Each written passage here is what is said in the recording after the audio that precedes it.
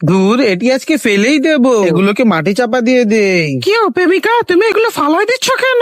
কি করুম বলো, আমার বাসায় কেউ নেই খাওয়ার মতো যে পাখি খাওয়াবে। কি বলো ডার্লিং, তোমার বাসায় কেউ নেই খাওয়ার মতো? তাহলে আমি এগুলো নিয়ে যাই। তুমি নিয়ে যাবে? তাহলে নিয়ে যাও, আমি চলে যাই তাহলে। ঠিক আছে, পাক করলে দাওয়াত দিয়ে মনে তোমাদের সবগুলো মাটি থেকে বের করি, তারপরে বাসায় নিয়ে যাই। এগুলোকে ভালো মতো ধুয়ে নি। কি ও বউ, এডি কইতে নিয়ে আইলা? আজকে তো বাজারে টাকাও দেই না।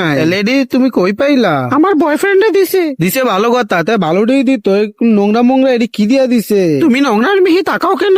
আমি পাক করলে দেখবা কি সুস্বাদু। তাহলে জলদি পাক করো। প্রথমে আগুন দিয়ে এগুলোকে হিট দিয়ে নেব এবং পুড়িয়ে নেব। পুরানো হয়ে গেলে এগুলো ভালো মতো ধুয়ে নেব, তারপরে তো কড়াইতে দিয়ে দেব। কড়াইয়ের ভিতরে এগুলো ভালো মতো ময় মশলা দিয়ে নেব এবং জাল দিয়ে নেব।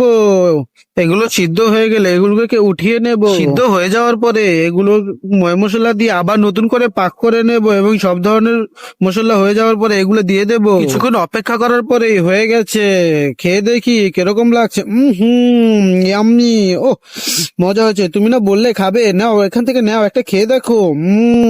মজাই তো হয়েছে। ওহো।